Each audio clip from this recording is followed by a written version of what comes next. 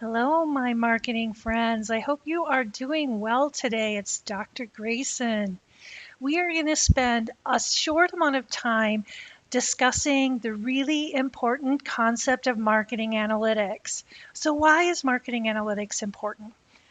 The reason it's important is because as a marketer, particularly in communications and promotions management or integrated marketing communications, everything that you do has a dollar associated with it.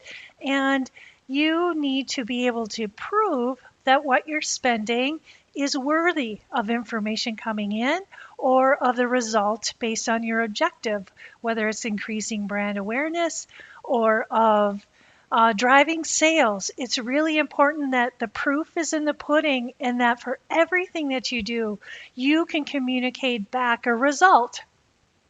So, what are we going to do today? We're going to talk a little bit about the importance of measurement in the marketing promotions process. We're going to review a number of key performance indicators, and I want you to be able to explain those back to me. And then finally, as we go through this, I want you to think about the performance indicators that you may use for your integrated marketing communications tactics and strategy that you're putting together for your semester project. So, as I mentioned, the importance of measurement is critical. If and the reason I say this is because oftentimes within other areas of the organization, you'll find that some executives might not believe that marketing is anything more than squishy pictures and words. But as we know, marketing and promotions, integrated communications is critical. So if it doesn't matter whether you're working on a branding campaign or if you're working on something that's really fun and cool, it doesn't matter if you can't measure it because you are going to be evaluated on the success of what you do. And oftentimes, you're not going to get a second chance if you can't explain the results. Now, what's important to understand is not everything is going to work. Marketing is a bit of art, it's a bit of science, and we as consumers are irrational and we behave differently. So what you may gain from a campaign or from a particular initiative is insight. There is a time and a place where the gut feel is important. And I don't want you to ever lose sight of gut feel. Sometimes gut feel comes from experience. I've had a 30-year marketing career and I've done thousands of campaigns.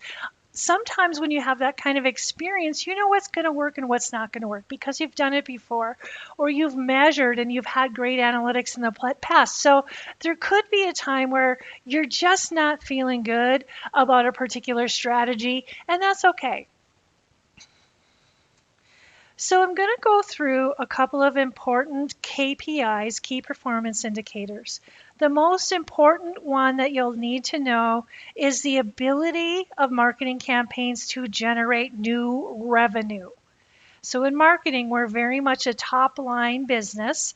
We try to maintain the bottom line with profitability and keeping our products and services priced correctly.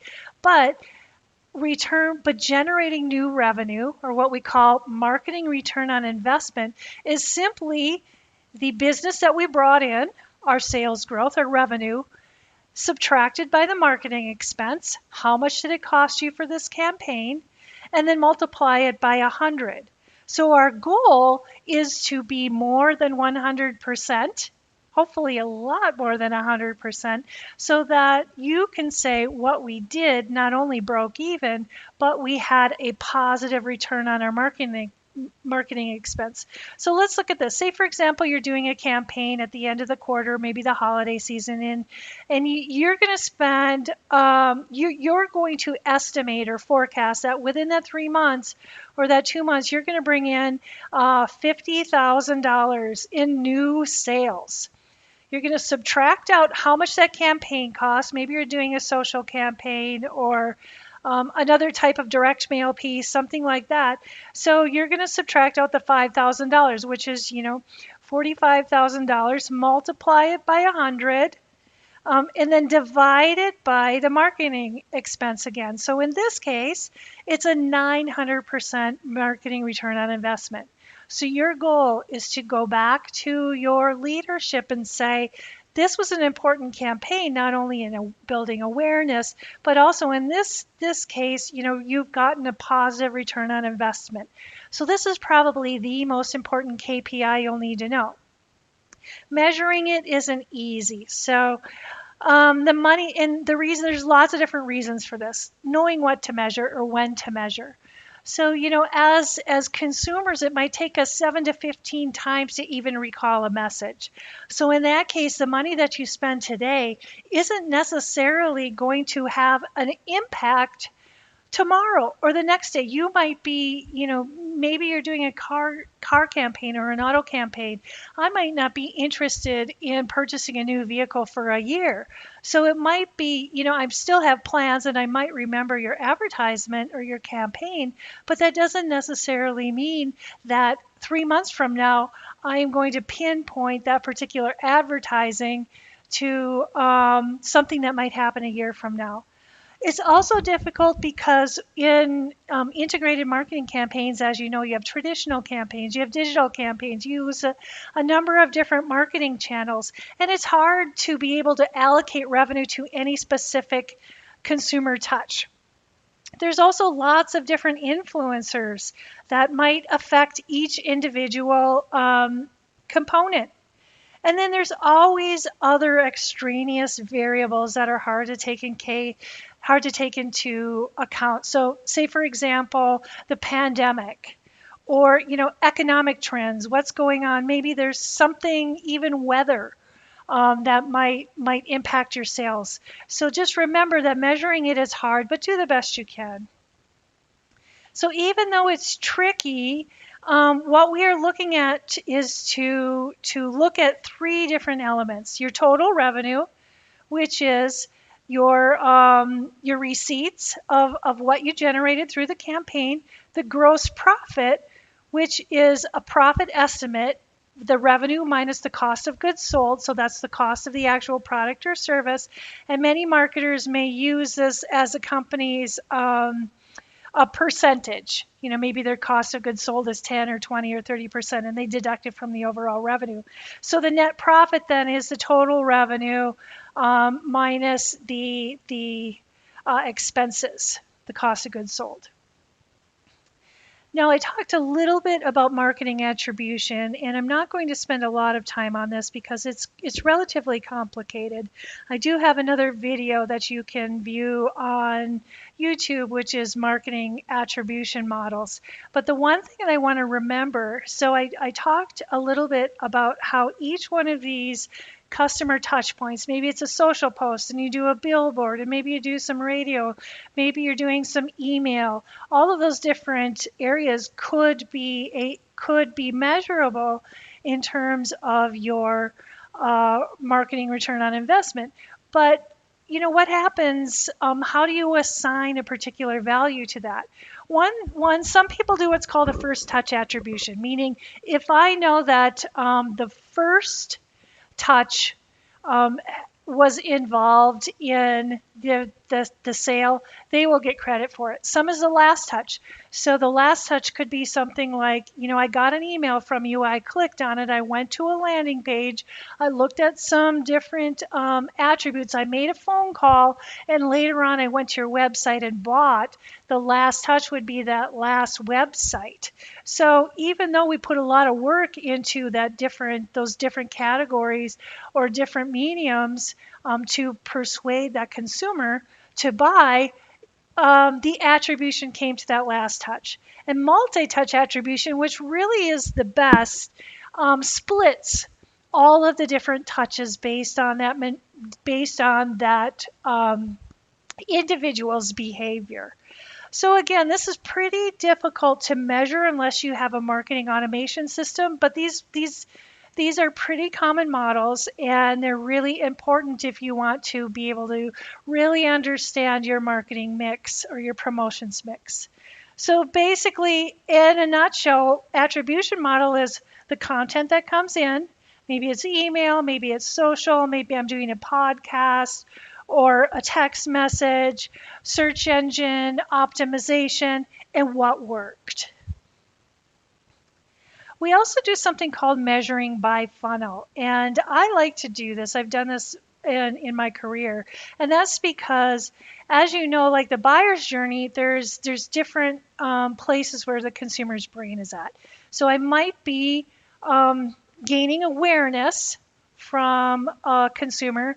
Then they might go into the consideration or evaluation phase where they're considering your product now, but they're evaluating you against your competitors or doing nothing at all. And then the conversion is the actual sale.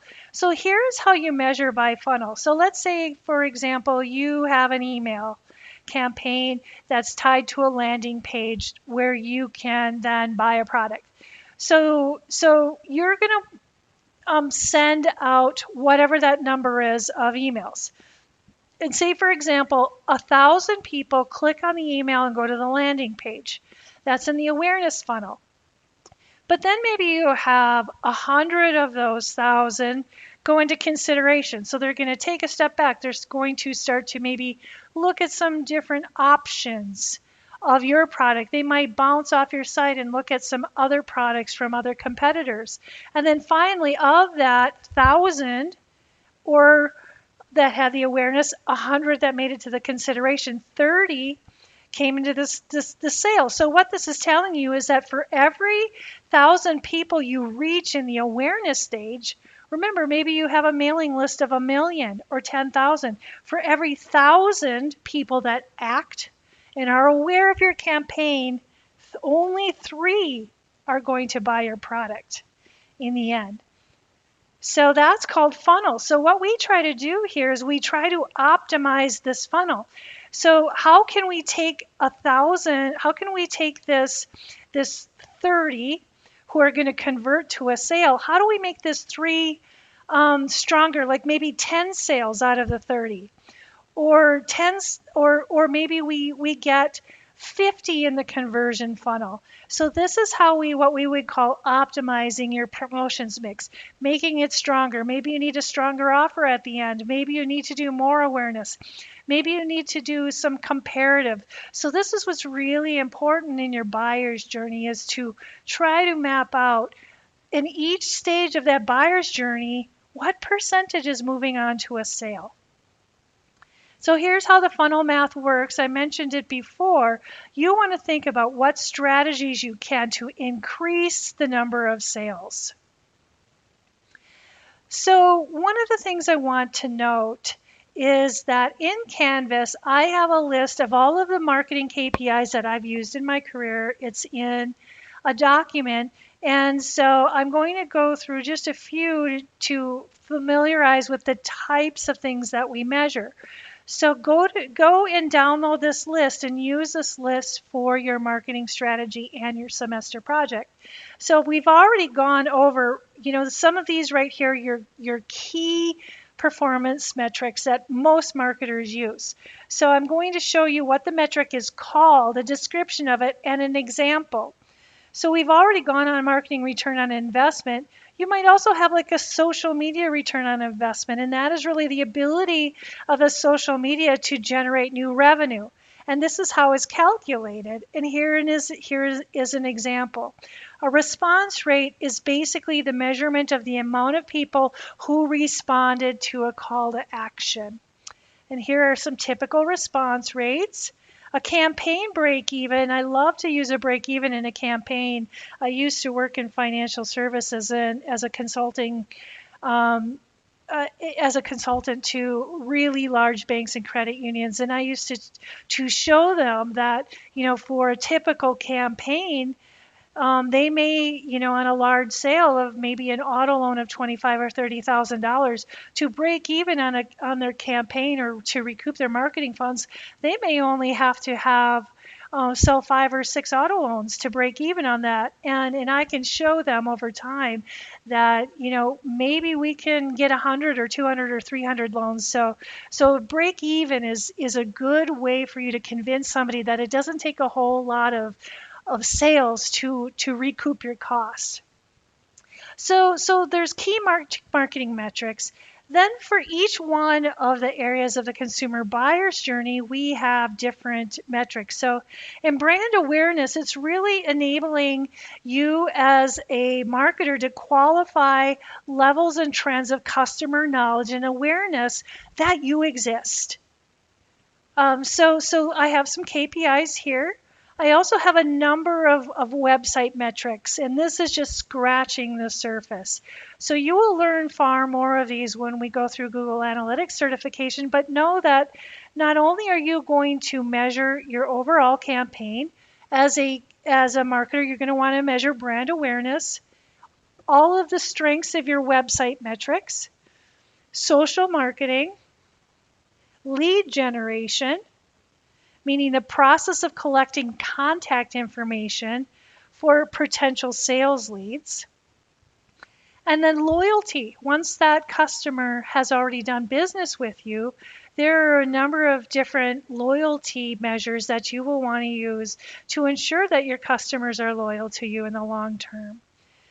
So one of the things I want to reiterate as you think about KPIs is not only understanding what they are, but the importance of knowing that everything you should do as a marketer should be measured, whether it's for insight that you can give back to your leadership team, or for yourself if you are a small business or an entrepreneur, and then also